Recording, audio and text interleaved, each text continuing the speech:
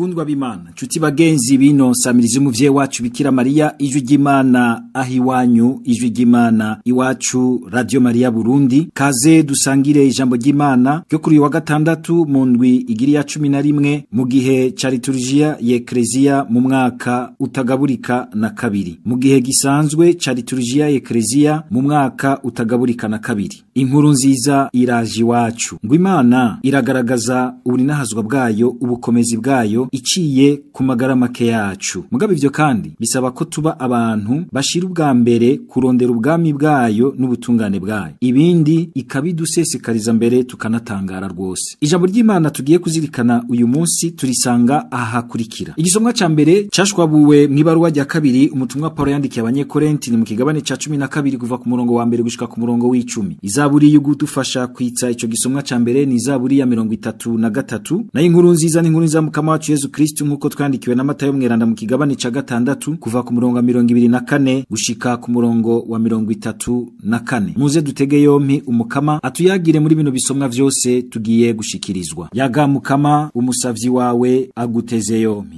Ivyo dusoma mw'ibaruwa rya kabiri umutumwa Paulo yandikiye abakorenti. Nshuti zanje, mbega ntegerezwa kwininahaza ariko ntaco bimaze ngira ntandukire ivyo kubonekerwa no guhishurirwa n'umukama. Ndazi umuntu muri Kristo haciye imyaka 14 yari yagumanye umubiri wiwe canke atari yawugumanye sindabizi bizimana. Ico nzi nuko uyo muntu yatwawe uko ameze gushika mu ijuru rya gatatu. Uyo muntu rero yari yagumanye umubiri wiwe canke atari yawugumanye sindabizi bizimana. Ico nzi nuko yatwawe mu paradizo akumva amajambo atovugwa ata muntu numwe yoshobora gusubiramwo, ariko kuri jewe sinzokwininahaza atari ku magara make yanje. Erega noshaka kwininahaza ivyo bari ivy'ubusazi kuko noba mvuga ukuri gusa, ariko ndabiretse kugira ngo ntihagire ubunyiyumvira ibiruta ivyo ambonako canka nyumvako, kugira ngo ivyiza vy'akatabonetse nahishuriwe ntibintere kwishima. Narashinzwe umusonga mu mubiri intumwa ya shetani ikiranokeza ngo sinishime.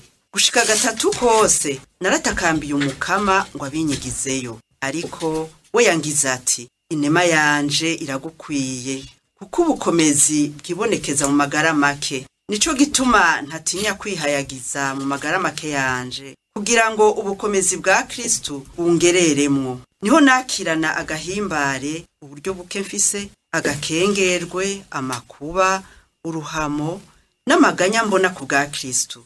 Aho hose ndi nta ntege niho mba nkomeye. Iryo ni ijambo ry'Imana.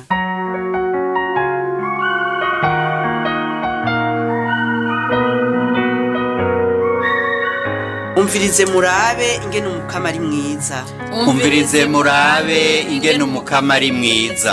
Umumarayika w'umukama yama iruhande y'abasavyi biwe akabakingira. Umvirize murabe ingene umukama ari mwiza, hahiriwe uwumuhungirako. Nimwubaha umukama se mwantore ziwe, uwumwubaha ntacakena. Haraho abatunzi bakena bagasonza, uwirukira umukama ntacizabura. Umviriza murabe ingene umukama ari mwiza. Nimuze bana muntege ugutwi ndabigishe kubaha umukama. Umukama azorokora abasavyi biwe ntawumuhungirako azopfa yishuye. Umviriza murabe ingene umukama ari mwiza.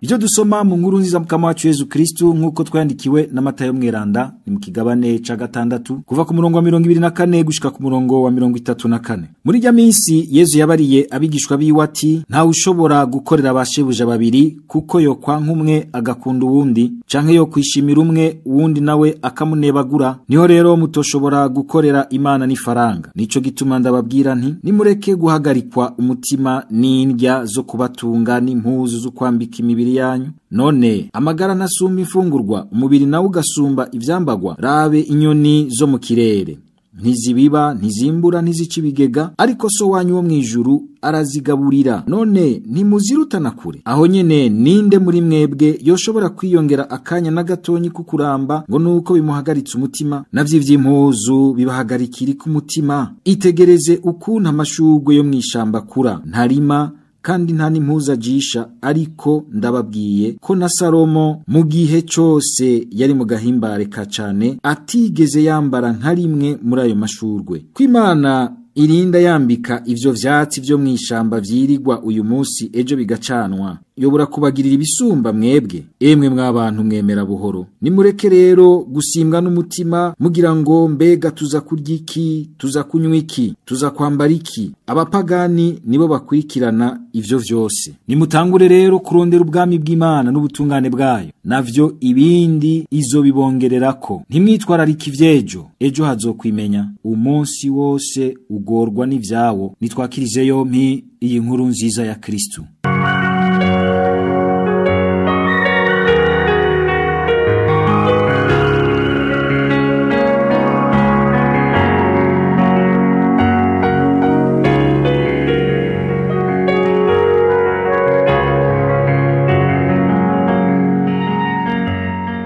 Bavukanye ntoreza Imana, mu gisomwa ca mbere tubandanya twumva Paulo mw'ibaruwa rya kabiri yandikiye abakorenti abandanya yisigura abereka neza yuko abo batumwa bacambigwa ngo barahambaye, bafise ivy'amabonekerwa akomeye, bafise ivyo berekwa vyinshi bihanitse, ko ataho bamusumba na gato. Ariko aragerageza kubumvisha yuko nawe nyene ari umutumwa, na cane cane akumvisha abanyekorinti bamwe muri bo bahavuye baza baramusubiza hasi mu kwerekana yuko umenga nta gihagarara afise c'umutumwa, bagaca bafatiraho bakagomba gukengereza inkuru nziza yigisha ku bwa Yesu Kristo. Burya kenshi ugomba gusambura inkuru nziza ya Kristo abanza no gusambura no gutyoza agatekeza ubuzima bw'uyo nyene aja yizanye. Nkuko tuvyumvise rero uyu munsi agafatira kuri ivyo abamugwanya bafatira ko bijanye n'ivyo kwerekwa ibintu bihambaye. Paulo akabereka yuko nawe nyene ari mu bantu babonye ibintu bikomeye, ariko sivyo atebanganako, kuko nkuko nawe nyene abivuze ivyo bishobora gutera ubwishime ugasanga umuntu ntakiri mu ntumbero y'umukama. Barabifatira ko rero kugira ngo berekane ko Paulo ko adakunze kubishingira ko mu nyigisho ziwe womenga sumutumwa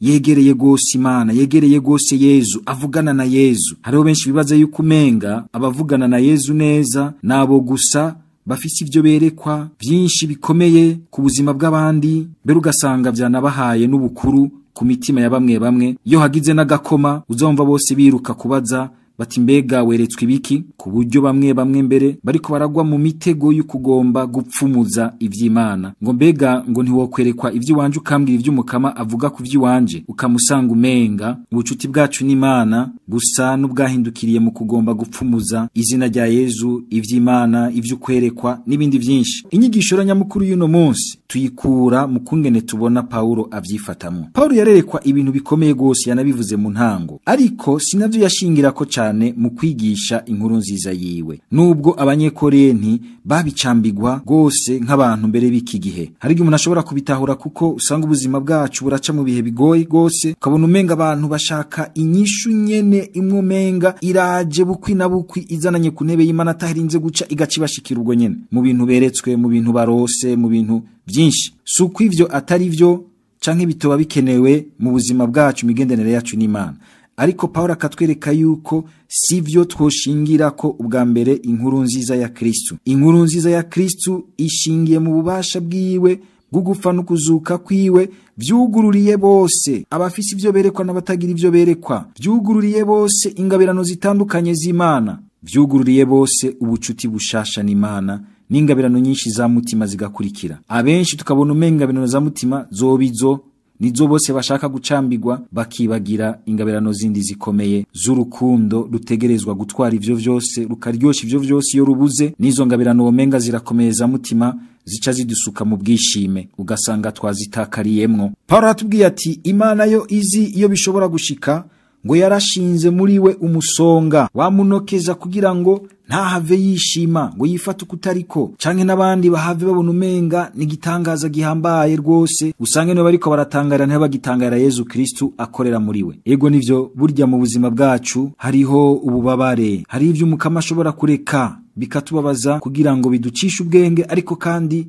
kugira ngo bidukingire ntiduhave twibona yuko umenga turi gitangaza kirengeye abandi bose ngo duhave dusanga twatakariye mu bwishime. Mwibuke ko Shetani yari umumarayika w'Imana akomeye rwose, yarazi ivy'Imana vyose, ariko nticabujije yuko ubwishime butuma iva mu kuba umumarayika igahinduka ishetani. Nubwo tworonswa ingabirano z'igitangaza zimwe nyene zihambaye rwose zidutuma bose batangara, twame dusaba umukama adufashe aziherekezanye iyindi ngabirano yo kwicisha bugufi rwose, twumve yuko turi abantu nk'abandi, dusangiye urugendo rumwe n'abandi, kugira ngo izo ngabirano ntitubave dusanga umenga turiko turazikoresha ngo turondere kwikorera twebwe nyene, turondere ubukuru no kuganza abandi mu vy'Imana, tubacisha aho dushaka, tubakoresha ico dushaka, ahubwo tuzikoreshe kugira ngo zirangure ico Imana ishaka, ininahazwa ryayo n'ubukiriro vy'ukuri bw'abandi. Ntibagume umenga n'utwana ducisha aho dushaka hose kubera yuko umenga bumva ko tuvugana n'Imana, ibyo tubabwiye n'Imana ivuze. N'igihe two kwihenda tukavuga amahopa y'umuntu asunitswe n'ubwenge bw'umuntu, bagaca bakoma amashi ngo n'Imana, ni apotre, ni naka yabivuze, nta kundi niwe, reka tuname dukukumbe hasi, ni wahambaye. Oya sivyo. Naco gituma aha Paulo tubona yuko mu kuvuga ivyo bitangaza nawe nyene yabamwo vy'ukwereka ibintu bihambaye mu Mana atabiteba kugose, ahubwo ateba kukwerekana ingene Imana ikorera mu cari bisanzwe nk'abandi bantu, mbere mu magara make yiwe ikagaragaza ubuninahazwa bwayo. Ngiyo rero inkuru nziza ingene Imana idukunda gushikaho na hariya duhora twibaza yuko ataco twovamwo, ataco tumaze mu magara make yacu, muri binabiri yumenga biciriye hagufi, Imana ishobora kuza ikadutera iteka, ikabikoreramwo, ikadukirurutsa, ikatugira umuhora w'ingabirano zayo w'ubukiriro bwayo. Imana si umukama wacu Yesu Kristo, si Imana yabashoboye gusa ibintu bihanitse, si Imana yabona ibintu kure bihanitse gose, si Imana yaberekwa, si Imana gusa yabafise gusa ivy'ingabirano zihanitse za mutima, ariko ni Imana yabo bose, naho barabanyantege nke bazi kwiyugururira mu kuri urukundo rwayo, bakagwakirana umutima wose, ikaboneraho kubahindura, ikabagira mbere igitangaza mu bandi, ikagaragaza ubuninahazwa bwayo n'ububasha bwayo muri bo. N'Imana yitwararitse ubuzima bw'umuntu mu mpande zose. Uwo mwitwarariko w'Imana niwo Yesu atubwiye muri no nkuru nziza, ntitugire umwitwarariko urenze rwose, tahubwo niturondera ubwami bw'Imana n'ubutungane bwayo, ngo ibindi tukavyongererezwa mbere tukanatangara. Imana iritwararitse ubuzima bwanje, iritwararitse ico mfungura n'ico nambara. Mbe turategerezwa kureka uwo mwitwarariko w'Imana ukatuvura, ugahorosha, ugasubiza hasi iyindi myitwarariko dushobora kugira y'ubuzima bwacu. Isi y'uyu munsi iguma ituzanira ibintu vyinshi bihindagurika kandi biryoshe, biryoheye amaso, biturahura umutima. Uyu munsi wose aguma twigisha yuko twese dushobora kuva nk'ibitangaza, kandi iyo tuvuze kuva nk'ibitangaza tukabona umenga twese dushobora kuba abantu b'amafaranga menshi, abantu b'ubukuru bwinshi, twese dushobora kuba ba perezida b'igihugu, twese dushobora kuba ba ministre, twese dushobora kuba bijya bintu byose tubona abantu bacambigwa. Urafise inzira yawe Imana yagutoreye, uzoba koko mukuri kw'inzira y'Imana yagutoreye, uzoba koko uhagaze ahantu Imana ikubona igakenguruka, igashima, igahimbagwa. Igihe cose urondera ubwami bw'Imana, ukamurondera igitunganye gihimbara Imana ukungana kose, aho ubuzima bwawe bugeze hose. Kenshi ivyo vyiyumviro n'ivyifuzo isi idusukamwo iciye mu mahindagu y'ibi na biriya, mu vy'amapibisite tuguma tubona hirya no hino, mu bica muri y'amatelefone yacu, mu vyo twumva hirya no hino vyose, umenga bigomba kugira umuntu igitangaza, kandi umwe wese ko yoca igitangaza gitunze vyinshi, gifise ubukuru bwinshi, usanga atahandi bifatira ni muri bimwe vyo kuba koko ibitangaza vy'abantu muri nosi barunze ibintu vyinshi, umenga nta mwitwarariko bagifise, mugabo ahubwo ugasanga barunze vyinshi n'abantu bamana umwitwarariko mwinshi, bataruhuka na gato umutima wabo. Isi gafatira kuri ivyo nyene, umenga bigomba kuduha izina, kuvugangwa no kuba rurangiranwa, muri inosi ikatwugaranira muri ivyo, mbere ugasanga vyose bifatiye kurondera ubukuru bw'ifaranga. Naha Yezu yagize ati ntimushobora gukorera ivyipfuzo nk'ivyo vy'ifaranga bene Imana. Aha tuvyumve neza, dutahure neza. Suko womenga Yezu ashaka ko tutogira umwitwarariko mwiza w'abacu w'ivyo tujejwe ngo tubiteze imbere, duteze imbere ubuzima bwacu, duteze imbere abacu n'ivyacu. Ihibambewe ahubwo uyo mwitwarariko ntaho dushobora kushira ku ruhande ngo dusange tukiriko kwa bakunzi ba Yezu Kristo. Ntibishoboka. Ubu urategerezwa kwamaho. Ariko ico Yezu agomba kutubwira nuko rero kugira umwitwarariko ucika uruhagarara muri wewe, ukamenga ni wewe ukontorora ivy'ubuzima byose, ugaca utangura mbere gushaka gushikira ibintu byose bikayangana, ibintu byose binezereye ugashaka kubishikira uciye mu nzira zidahezagirwa n'Imana, kubera umwitwarariko wa cane wacitse uruhagarara. Yezu akagira ati ikano muri iyo myitwarariko myiza yo guteza imbere abacu n'ivyacu ntidusange twarengeje urugero, kuko suko umuntu agize umwitwarariko urenze ko ari hasanga ariko ariyongereza ubuzima, ahubwo asanga yabugabanije. Nibuke bimwe vy'amastress uyu munsi bigwaza n'abantu bakiruka inyuma y'ivyo bifaranga babirunda, ariko ugasanga ntibaronse umwanya wo kubibamwo neza, kubisangira n'abandi ngo baryoshe ubuzima, kubibamwo n'ababo neza ngo baryoshe ubuzima, baheza kubirunda baravyirutsemo, byarabishe byarabagesheje byarabasizemwo ingwara, bagaca babiterura bagashira abahindi bagashira abavuzi kuko byabasizemwo ingwara, ntibigeze babironkamwe ubuzima, ahubwo bagiye gupfa batanabiryohewemo. Nivyo turondera guteza imbere ubuzima bwacu, ariko mu mwitwarariko ugereranye utarenze, kuko Imana irazi ico dukeneye cose kandi iracitwararitse, kuko uwo mwitwarariko ucika uruhagarara uheza ukica ubuzima bwacu, tugasanga mbere no mu vy'umutima twazimiye twatakaye, ntitukizigamye ingabirano z'ubucuti bwiza n'Imana muri twebwe. Ijambo ry'Imana rega dutumira uyu munsi kugira ahubwo umwitwarariko mwiza ngo w'ubwami bw'Imana n'ubutungane bwayo. Aho rero ibindi bica bikurikira neza, bica biza ari bitugirira neza, ariko iyo tucuritse ibintu dusanga twatakaje ubwami bw'Imana, tutakigendera mu butungane bwayo. Uku kwitwararika ubwami bw'Imana n'ubutungane bwayo nuwo mwitwarariko mwiza rero wo kurondera ko vy'ukuri Imana inahazwa muri twebwe, maze umuntu agashikira ubukiriro bw'ukuri. Bimwe koko dusaba mu nkuka y'imisa kugira ngo Imana inahazwe nayo abantu bose bashobore gushikira ubukiro bw'ukuri. Mukama Yezu zigama muri jewe no mu mutima wanje uwo mwitwarariko mwiza wamyari gwawe, wuko ubwami bw'Imana gotera imbere muri jewe no mubanje no mu vyanje vyose, mu binkwikije vyose, maze ubutungane bwayo bukagaragara koko mu buzima bwacu. Uwo mwitwarariko kuzigama inahazwa ry'Imana muri jewe no gukorera koko vy'ukuri ubukiriro bw'umuntu muri ubu buzima no mu buzima buzokurikira. Amen. Kw'izina rya Data n'irya Mwana n'irya Mutima Mweranda. Amen.